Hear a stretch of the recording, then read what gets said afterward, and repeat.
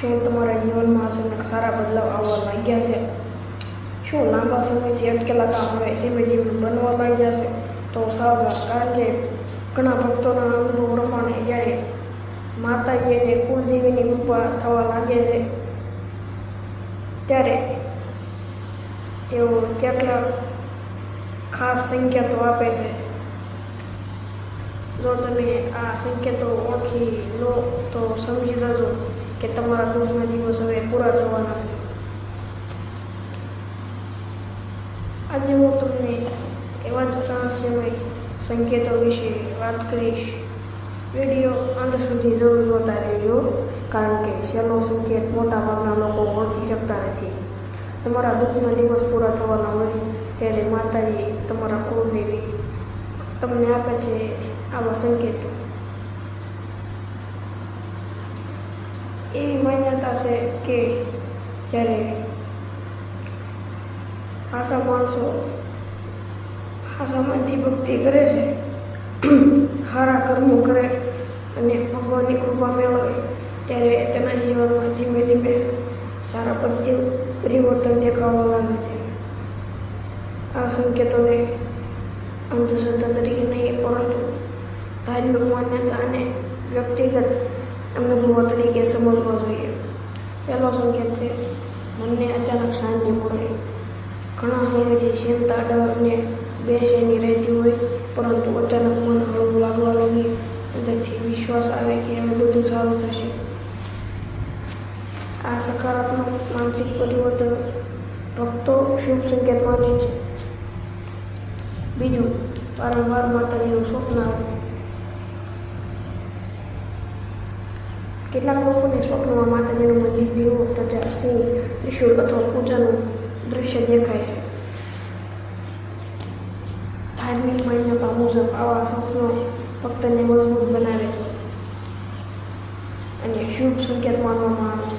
ત્રીજું, અટકેલા કામ ધીમે ધીમે બનવા લાગવા. જે કામ ઘણા સમયથી અટક્યા હોય તે અચાનક આગળ વધવા લાગે. નોકરી, ધંધો, પૈસા, પરિવાર અથવા અન્ય ક્ષેત્રમાં સુધારો દેખાય.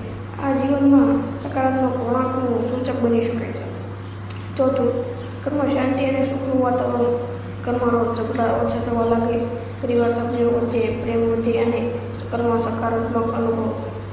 પાંચમું,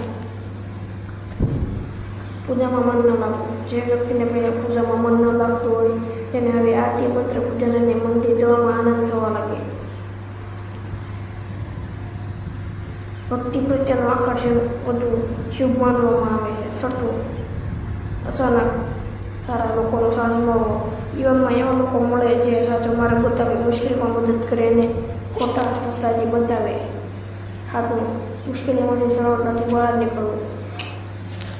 મોટી મુશ્કેલી આવે છતાં અંતે કોઈને રસ્તો મળી જાય અને નુકસાન ઓછું થાય. ઘણા ભક્તો તેને માતાજીની કૃપા માને છે. આઠમું, ઘરમાં નિયમિત દીવો અને પૂજા કરવાની ઈચ્છા થવી. સવારે કે સાંજે દીવો કરવાનું મન થાય, ધૂપ, અગરબત્તી ગમે અને ભગવાનનું નામ લેવાની આદત વધે. નવું, સારા વિચારો આવવા. ગુસ્સો, ઈર્ષ્યા અને નકારાત્મક ઓછી થાય. બીજાનું ભલું કરવાની ભાવના વધે અને જીવન પ્રત્યે આશાવાદી દ્રષ્ટિ બને. 10મું, લાંબા સમય પછી શુભ સારા સમાચાર મળવા. અટકેલા પૈસા મળવા, સારા સમાચાર મળવા, પરીક્ષામાં સફળતા, નોકરી મળવી, અચાનક પરિવારની ખુશી જોવા, પ્રસંગો આવવા. 11મું, સતત હિંમત મળવી. મુશ્કેલ સમય હોવા છતાં અંદરથી અવાજ આવે કે હાર માનવી નથી. આ આત્મવિશ્વાસ ભક્તિ પણ મજબૂત બની શકે છે. 12મું, માતાજીના નામનો જાપ કરવાની ઈચ્છા થાય. દિવસભર વારંવાર માતાજીનું નામ યાદ આવવું, મંત્ર બોલવું, મન થવું અને ભક્તિમાં આનંદ અનુભવવો. જો તમને આવા સંકેતો અનુભવાય તો તેમને ચમત્કાર માનીને બેસી ન જવું. ભક્તિ સાથે સારા કર્મ, વચ્ચેનો માર્ગ, મહેનત અને પરિવાર પ્રત્યેની જવાબદારી પણ એટલી જ જરૂરી છે. માતાજીની કૃપા સાથે સારા પ્રયત્નો પણ જીવનમાં સફળતા તરફ લઈ જાય છે. જય માતાજી. જો તમને આ માહિતી ગમી હોય તો વિડીયોને એક લાઈક, એક શેર, ચેનલને સબસ્ક્રાઈબ કરવાનું ભૂલતો નહીં અને કમેન્ટમાં પૂછજો. જય માતાજી.